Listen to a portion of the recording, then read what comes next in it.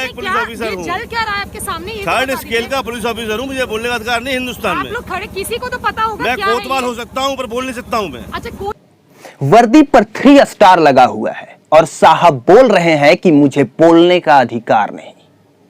Police के protection में ये जो जल रहा है ये कोई कोयला या कूड़ा करकट का सामान नहीं बल्कि एक लड़की की लाश है। नमस्कार, मैं कुमार अभिनव। एक लड़की का रेप होता है, गैंग रेप। इसके बाद उसके जीभ को काट दिया जाता है कि वो किसी का नाम न बता पाए। फिर गुस्से में इतना मारा जाता है कि उसके रीढ़ की हड्डी टूट जाती है, उसके शरीर को लकवा मार जाता है। इसके बाद भी पुलिस कहती है कि इसे यहां से उठा के ले जाओ, ये बहाना बना के सोई है। घटना के 10-15 दिनों के बाद भी एक भी अपराधियों की गिरफ्तारी नहीं होती है और इलाजों के अभाव में ये लड़की अपना दम तोड़ देती है। इसके बाद ये खबर जैसे ही मीडिया में वायरल होती है वैसे ही पुलिस इतनी एक्टिव होती है कि इस लड़की के लाश को अचानक उसके परिवार वालों से छीन के रात में जला दिया जाता है। और उस घटना स्थल पर जब तनुश्री पांडे आज तक की रिपोर्टर रिपोर्टिंग करने जाती हैं तो उन्हें रोक दिया जाता है। जब पूछती हैं कि ये क्या जलाया जा रहा है तो 3 स्टार वाला अधिकारी बोलता है कि मुझे बोलने का अधिकार नहीं। पहले आप 2 मिनट की ये वीडियो देखिए कि कैसे उस लड़की को पूरे पुलिस प्रोटेक्शन के बीच जलाया जा रहा है और जब कोई पत्रकार वहां रिपोर्टिंग करने पहुंचती है तो उसे रोक दिया जाता है। इस वीडियो को देखने के बाद मैं आपको आगे बताऊंगा कि हाथरस कांड की कहानी कहां से शुरू होती है और कहां अंत।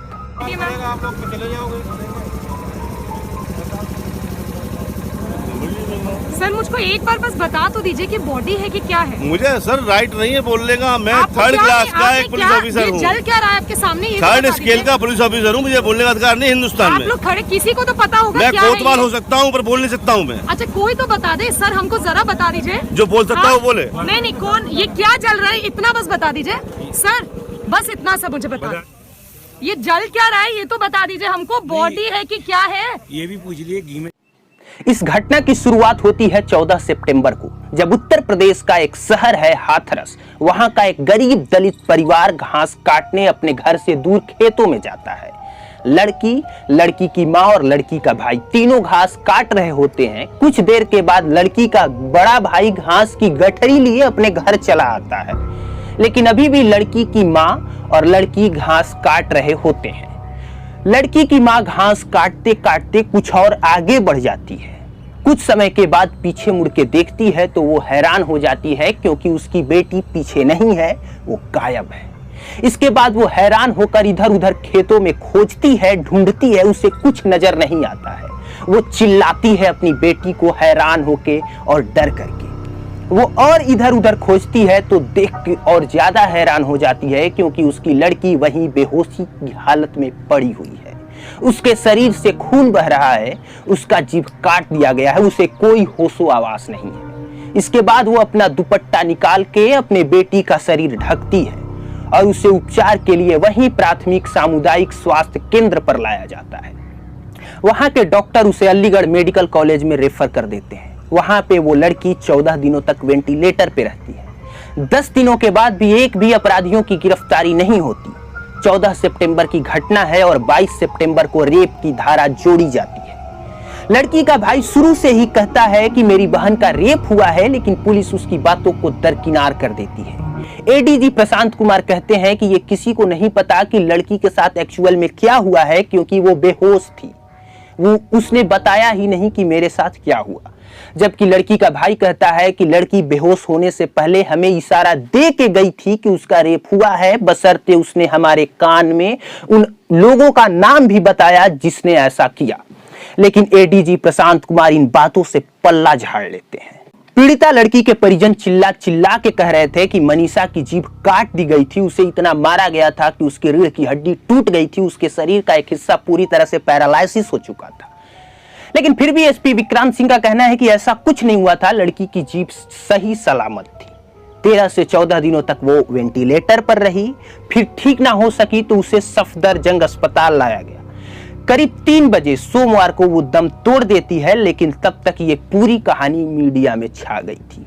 तो जैसे ही ये कहानी मीडिया में छाती है, वैसे ही पुलिस का दोगला और दोहरापन वाला पूरा चरित्र एक्सपोज हो जाता है और यूपी पुलिस का दोगला चरित्र उभर के सामने आता है तब जब सफदरजंग अस्पताल में वो लड़की दम तोड़ देती है और जब उसे वापस अपने गांव हाथरस लाया जा रहा होता है, बीच रास्ते में पुलिस उस लाश को अपने कब्जे में लेती है और फूंक देती है।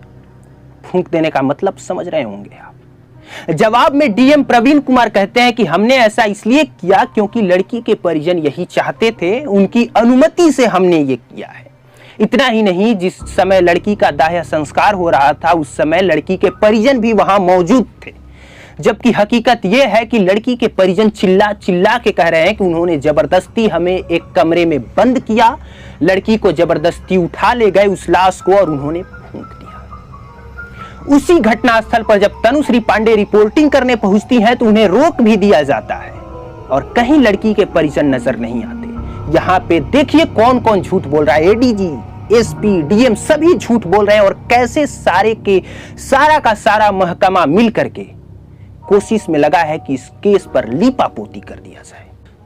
तो आखिरी में जाते जाते योगी आदित्यनाथ और यूपी पुलिस से आखिरी सवाल कि अगर अपने सरकार के माथे पर लगा ये दाग हटाना मकसद नहीं था, अगर आरोपियों को बचाना मकसद नहीं था, अगर हाथरस की इस बच्ची को न्याय दिलाना ही मकसद था, अगर रेप की घटना को छुपाना मकसद नहीं था, तो फिर क्या कारण रहा होगा कि हाथरस की उस बच्ची का शव उसके परिवार वालों से छीन के उन्हें कमरे में बंद करके यूं इस तरह से अचानक से रात में फूंक दिया जाए?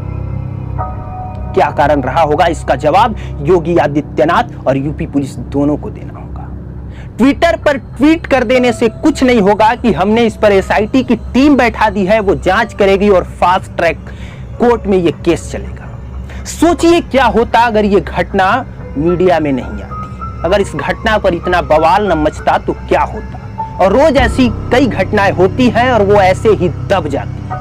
सोचिए जो घटना इतनी ज्यादा मीडिया में वायरल हो सकती है, उसे दबाने का अगर इतना प्रयास किया जा सकता है तो फिर वो घटना, उन घटनाओं का क्या होता होगा जो मीडिया के आलोक में नहीं आती। बाकी के लिए आपका धन्यवाद।